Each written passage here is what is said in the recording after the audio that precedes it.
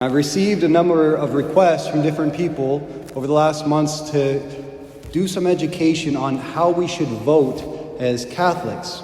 I mean, it's not a hot topic or anything, so why skirt it? I've been hesitant to, because, to be honest, as a priest, I don't prefer talking about politics. My job is the salvation of souls and eternal realities, not the promulgation of individual presidents. But we have to admit that the way that we look at politics does reflect the state of our souls and how we see the world. And as much as the thought of forcing you to vote one way does tickle my tyrannical fancies, I'm not going to try to do that. It's not a power given to me. We're all free. What I am called to do is help you to inform your conscience according to God's commandments, according to our Catholic faith, so that you are free to go and respond accordingly in light of that. So I want to focus on especially, though, is the danger of group identities. My favorite stories are all about people who change. Not so much stories about good people versus bad people, because that's not really life. Life is the good and the bad within my own heart at war with one another. Right? And that's why I've always been inspired by stories about bad people who become good because they offer hope. And I've always been fascinated about stories about good people who become bad because they usually offer a lesson. It can happen to any of us. And that's sort of what Christ is talking about in today's gospel. The Pharisees, those who were good, slowly became bad because they closed themselves off to God's will in their life.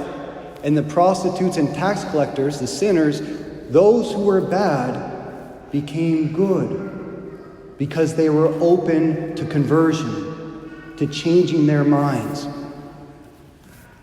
And one of my favorite stories about a bad man who became good is the story of Alexander Solzhenitsyn. He was a communist in the 20th century. At a young age, he was seduced by the Marxist ideology, but was later betrayed by his own party and then sent into exile in the Siberian gulags. And as he was wasting away in prison out there for years, he began to ponder a very important question in his life. How did I get here? And as he examined his life, he came to the realization that it was mainly for one principal reason. He sacrificed his conscience. He thought about all the times he knew that something was wrong in his party, but he went along with it anyway because he handed over his conscience to a political entity and thereby stripped himself of his individual responsibility to respond to truth and error, to right and wrong within his own heart. He wrote in his memoirs, "It was granted me to carry away from my prison years on my bent back, which nearly broke beneath its load, this essential experience, how a human being becomes evil and how a human being becomes good.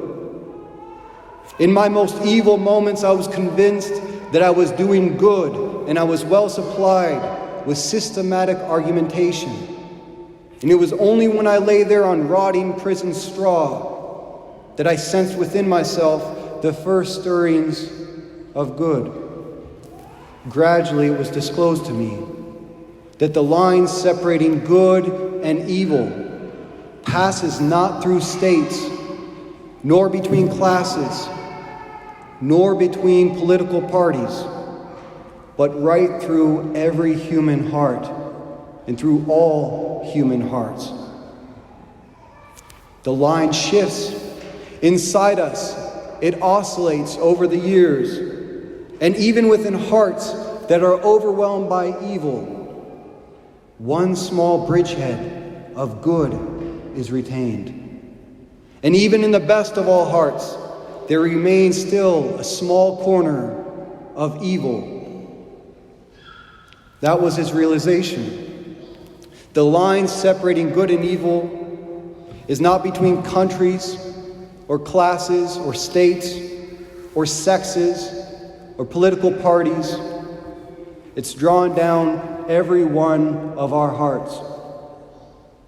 That's why he concluded this was the era of Marxism in his time, because they wanted to say all the bad people were one party and we just need to destroy them, and then we can have our utopia in our country that we want so bad. And he said, if only we're all so simple, if only there were evil people somewhere insidiously committing evil deeds, and it were necessary only to separate them from the rest of us and destroy them.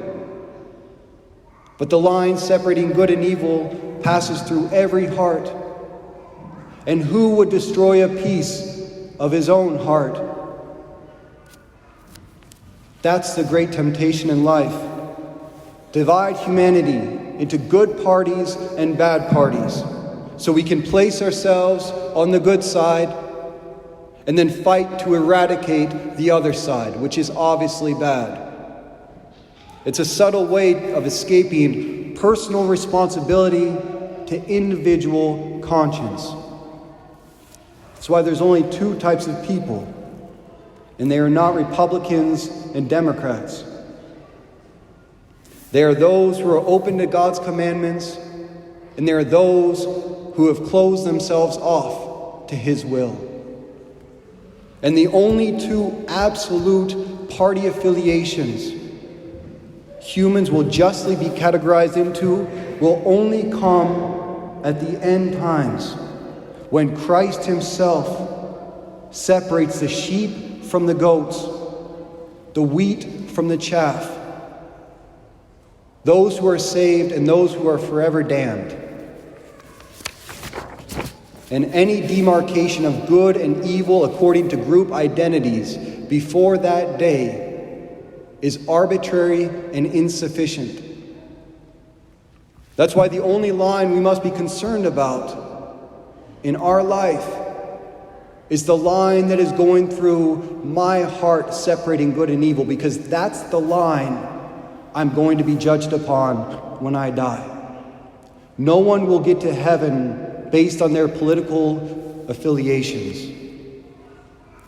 I know faithful, good Catholics who are naturally more drawn for the past 50 years to the Democratic Party. And I know Republicans who in their personal lives are living lives very immorally against God's commandments. So being affiliated with one group or the other isn't an immediate revelation of the soul, as tempting as it is for us to draw that conclusion. And that's why I don't identify as a Republican, and I don't identify as a Democrat. I'm a Roman Catholic. And both parties express certain truths at different times that correspond to the Catholic faith that defines my conscience.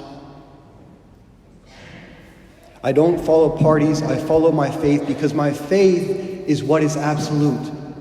The parties are always subject to change over the years, as we can see in our own history. And that's how I protect the line in my own heart from shifting. And that's why group identity is so dangerous. It strips us of personal responsibility to our own conscience. When faced with right or wrong, we can say, no, I'm just going with my party that I've always been affiliated with. The way societies become as destructive as the Soviet Union after the Marxist Socialist Revolution, and as genocidal as Germany after Hitler came to power, was due to individuals like Solzhenitsyn, who prostituted their conscience to the state and allowed their moral compass to be violated again and again, little by little, one step at a time. And that's how good people become bad, one concession at a time. When we hand our conscience over to public opinion, to the opinion of the majority, to mob mentality, to a mere political party, the line dividing good and evil in our hearts is easily corrupted, and our Catholic integrity becomes sacrificed. And it's for that reason that it's so necessary for every single one of us to form our conscience according to God's commandments, so that that line in my heart remains unadulterated. The Catholic Church offers clarity to help us all remain united in the truths of Jesus Christ, which was what St. Paul was talking about in the second reading, that you might all be one in mind and heart in the truth of Christ. It's a clarity that protects the good from slowly being seduced into bad, and the bad to be enlightened to the good, so that they might be converted and saved before the day of their judgment.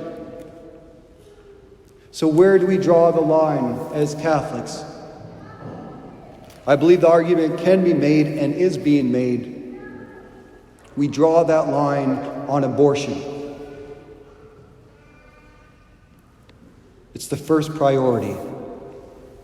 The bishop expressed so much in a recent voter's guide, saying, the threat of abortion remains our preeminent priority because it attacks life itself. Preeminent meaning surpassing every other concern that is out there at the time. The logic being, before we can talk about immigration, racism, poverty, or environmental crises, our first concern is always protecting life at its most vulnerable, protecting our children. And I know good-hearted, compassionate Catholics who are naturally drawn to a platform that seems to be more sympathetic to the poor, to the immigrants and oppressed, and that's fine. But we have to ask the question, at what cost? Where do I draw the line? At what point do I say, I want what you offer, but not at this price? Not if it's at the cost of innocent blood. There is no personally opposed but. My personal opposition is manifested by my public refusal to cross that line.